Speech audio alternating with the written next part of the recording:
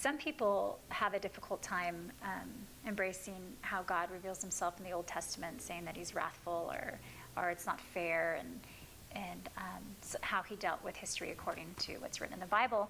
And I disagree, because I think that in the Old Testament there's tons of displays of God's mercy and graciousness. And one being in Genesis 15, he pretty much tells Abraham what's to come, right? And I'll just start here. It says, "Know for certain that your descendants will be strangers in a country not their own, and they will be enslaved and mistreated for 400 years. And that's when the nation of Israel is multiplying in number, but they're enslaved in Egypt. But I will punish the nation they serve as slaves, and afterward they will come out with great possessions." The Exodus, "You, however, will go to your fathers in peace and be buried at a good old age. In the fourth generation," which is, they're 40 years they wander in the desert, "your descendants will come back here." And this is the element of this verse that shows that God is merciful, and that he's all-knowing, and he's all-powerful, and he sees the end from the beginning, like Isaiah says. "For the sin of the Amorites has not reached its full measure."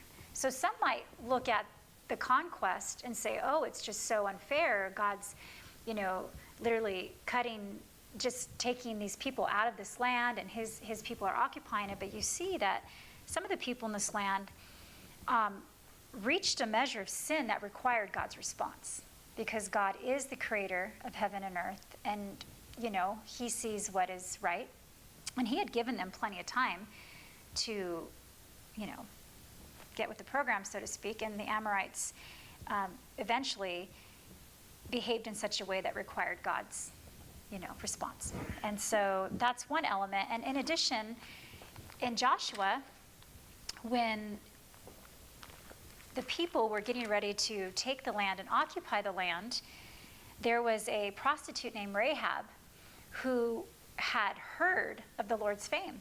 She was not a Hebrew. She was a woman of the land, and she had heard of the Lord's fame. And when the people came in to kind of assess the land, she was like, "I've heard of your God." And everyone is, this is like, save me. Like, I do not want to be part of this disaster that's coming. And God spared her, right? And where another person during that time who was a Hebrew, who ended up taking some of the gold and coveting it and brought judgment on the nation, he didn't go into the promised land. So you see that it's not so much about God just being wrathful and I'm going to do what I'm going to do, but there is a way that God operates. He is literally carving out a people for himself. And in the Old Testament, it's not only that he's carving out this people for themselves, but they were to display a kingdom-like culture for the world to see for the overall good. Now we know that, Israel didn't necessarily meet the mark in the Old Testament, and God has much in store for them in the future. However, we can learn from them, and we can also see God's grace around the nation, like with Rahab, that she was invited in to the family. And I believe she's in the line of Christ, the Messianic line of Christ. So that kind of breaks all,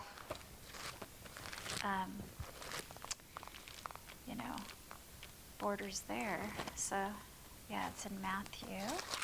It says,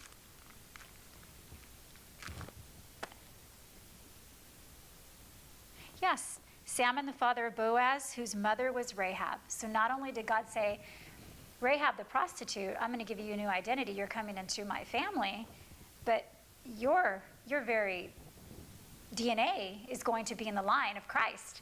And so I think that's amazing. And in addition, here it says that the father of Boaz, so, and also in the time of Ruth, Ruth was a Moabitess, and that was something that was a no-no for the nation, but she displayed such a longing to not forsake the family that she knew, and she clung to her mother-in-law, that moved God's heart. There's just things that move God's heart and that he cannot deny himself. And there's things that bring God's judgment. And that's really the theme in the Bible, but all things are possible in Christ. So those are some little glimpses of how my eyes view the Bible, and how I see God as a God of mercy and grace and life. And things, people that display a desperation for what's right, God will never deny. And you see that in the Old Testament. So